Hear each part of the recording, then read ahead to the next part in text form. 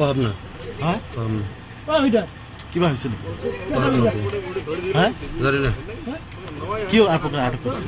জানি না নাজানে হয় আমাৰ কোকৰাঝাৰ জিলাৰ কাজিগাঁও থানাৰ অন্তৰ্গত যে আউটপোষ্ট ৰূপসী আউটপোষ্ট তাৰে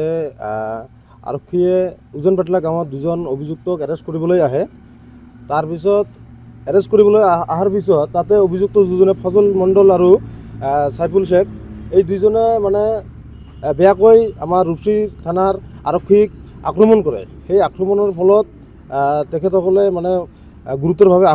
আহত হৈ মানে মেডিকেলত প্ৰেৰণ কৰা হয় সেই ঘটনাৰ হেৰি কৰি আজি তামাহাট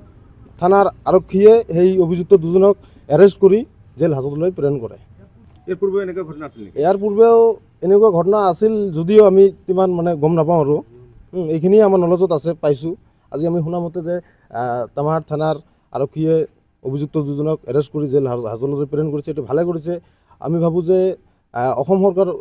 চৰকাৰৰ যি আৰক্ষী প্ৰশাসন আছে এইবিলাক হৈছে ৰাইজৰ ভালৰ কাৰণত ৰাইজৰ ছেফটিৰ কাৰণত আজি যদি আমি ৰাইজসকলে যদি আৰক্ষীৰ ওপৰত আক্ৰমণ কৰোঁ যদি